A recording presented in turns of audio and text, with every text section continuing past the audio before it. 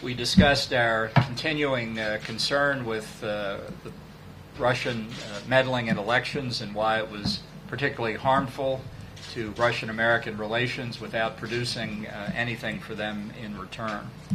Did you discuss the possibility of a modified INF treaty that would include other countries? With respect to the question of Russian compliance, as I've said, it is the American position that Russia's in violation. It is Russia's position that they're not in violation. So one has to ask, how do you convince the Russians to come back into compliance with obligations they don't think they're violating?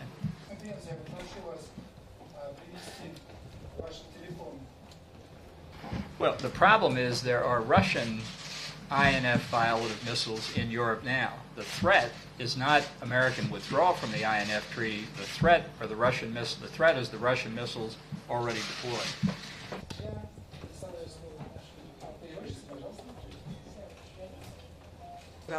But there is another aspect that your question raises, and that is what the activity of other countries like China, Iran, North Korea, and others who are not covered by the treaty, who are free to do whatever they want in the intermediate range and have made very substantial strides to have that capability. We estimate, for example, in the case of China, that somewhere between 1/3 and 1/2 of all of their ballistic missile capability would violate the INF if they were a party to it.